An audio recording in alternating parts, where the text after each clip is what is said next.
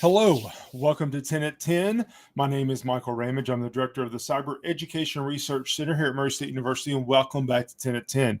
10 at 10 is brought to you through a partnership between Murray State University, Grow West, the Technology Council of West Kentucky, KY Innovation, and our local partner, Sprocket Innovation in Paducah, and the Kentucky Innovation Station in Madisonville. So this is episode 178, and as it's an even number episode, we are taking a look at the news of the day, things that we can learn, interesting stories that are in the news that maybe we can learn from and just help our family, our organization, just get a little bit safer. That's the goal. That's what we're hoping to do. So maybe there's a couple of tidbits that we can find in today's news. So let's just get into it. So first story, and we have talked about this in the past, and I hadn't seen this updated research, but they looked at this group in their ransomware trends report for 2024. Actually talked to 1,200 CISOs, security directors, security personnel, backup administrators that were the victims of ransomware during 2023. And they talked to them about a number of different pieces. And a couple of findings that were really interesting. And first is what the headline is. 43% of data was unrecoverable in 2023 after their attack. The goal was that you pay, I'm not saying you should pay, but if you pay, then that you're going to get your data back. Well, what this research is saying is that 43% of the time, the data was not recoverable. The data was not recoverable, meaning they paid the ransom and still not able to get their data back. And 43%, that's really close to half of the time you weren't able to get your data back. If you listen to the FBI, if you listen to the Secret Service, if you listen to federal government, don't pay, no matter what, don't pay. A lot of insurance providers have traditionally said pay because it's cheaper to recover, especially if you don't have backups, than trying to build it from scratch. But if you're paying half the time and you still don't get your data, then maybe you're going to reevaluate that decision and maybe you don't pay. Anyway, just really interesting. I also said that in 96% of attacks, so almost all of the attacks, they targeted the backup repository. You've heard me say that you have to have backups for this reason, because if you hit with ransomware and you don't have backups, then you're almost forced to pay. But you've also heard me say that it has to be off-site or offline.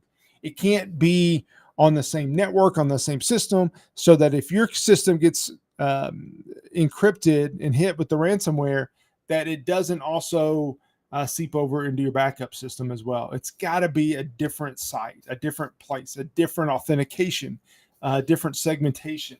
It's got to have that. So anyway, keep that up to date. Keep that in mind. We talk about this a lot, and I think it's really important and want to make sure that we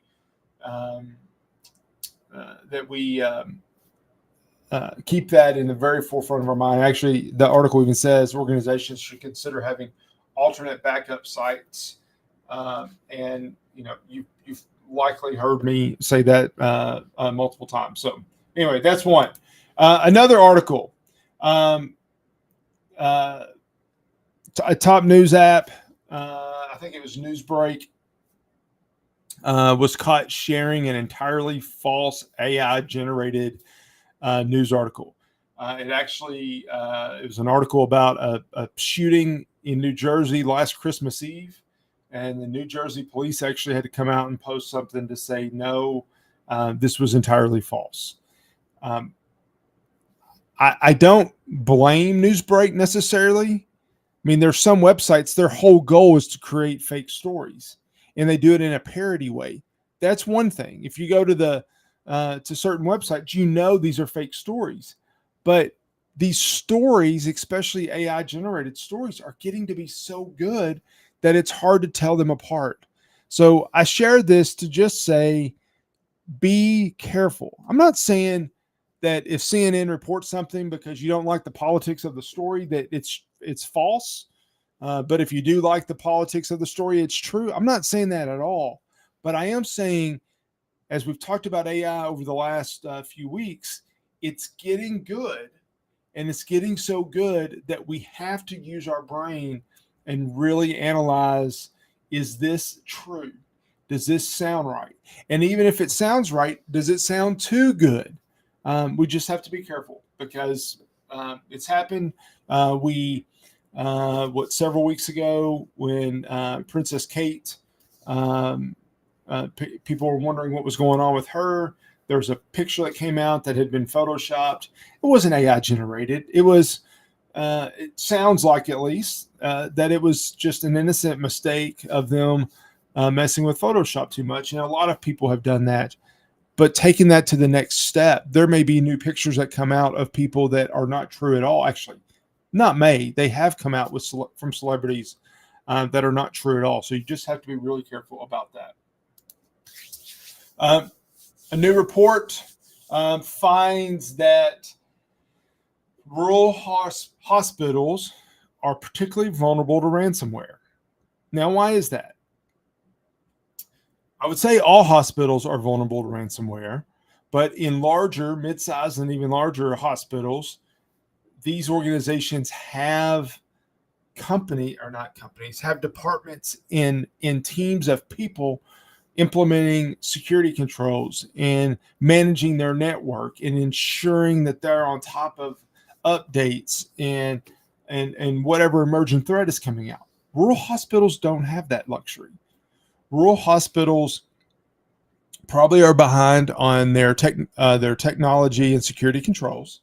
Rural hospitals are probably behind on user training. Rural hospitals don't have the funding that a larger hospital would, so it's harder for them to implement that. So for those reasons, it does probably stand to reason that they would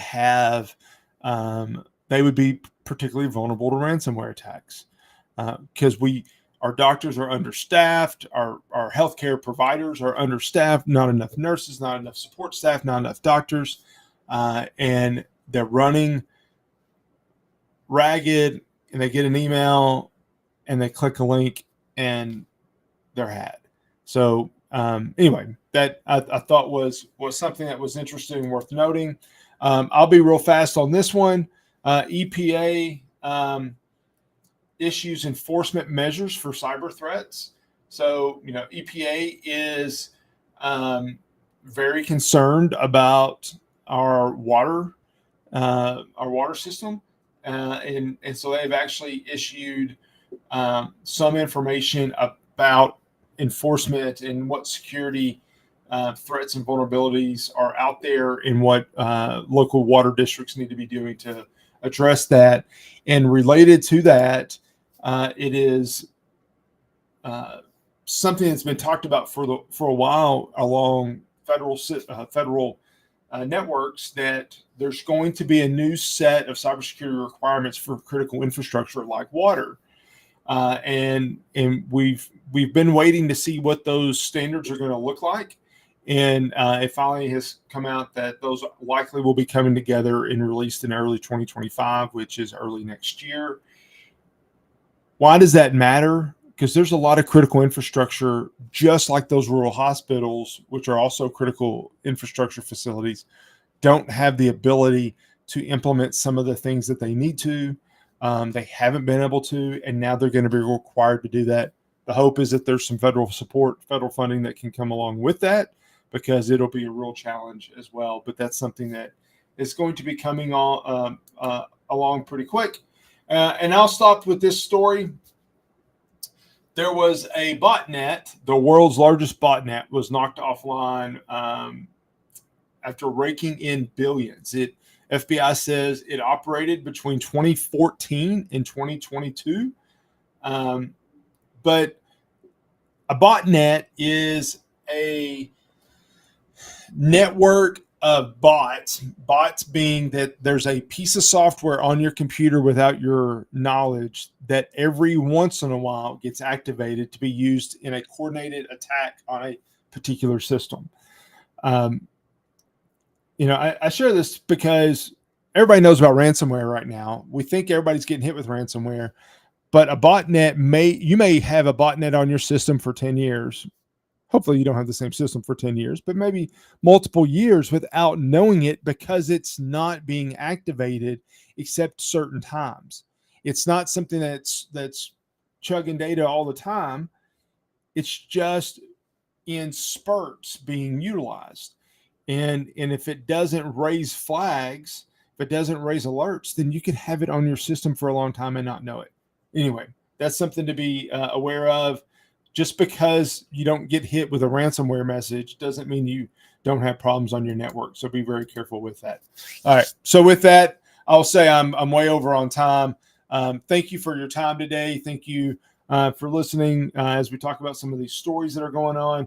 If you have questions on anything, please don't hesitate to let me know, and I'll see you next week back here on 10 at 10. Thank you. Bye.